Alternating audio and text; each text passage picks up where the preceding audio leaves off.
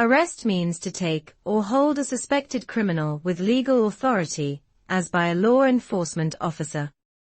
An arrest may be made legally based on a warrant issued by a court, after receiving a sworn statement of probable cause to believe there has been a crime committed by this person, for an apparent crime committed in the presence of the arresting officer, or upon probable cause to believe a crime has been committed by that person. Once the arrest has been made, the officer must give the arrestee his or her rights at the first practical moment, and either cite the person to appear in court, or bring him or her into jail. A person arrested must be brought before a judge for arraignment in a short time, and have his or her bail set. A private security guard cannot actually arrest someone except by citizen's arrest, but can hold someone briefly until a law officer is summoned.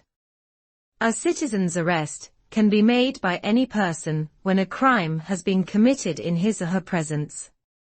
However, such self-help arrests can lead to lawsuits for false arrest if proved to be mistaken, unjustified, or involving unnecessary holding.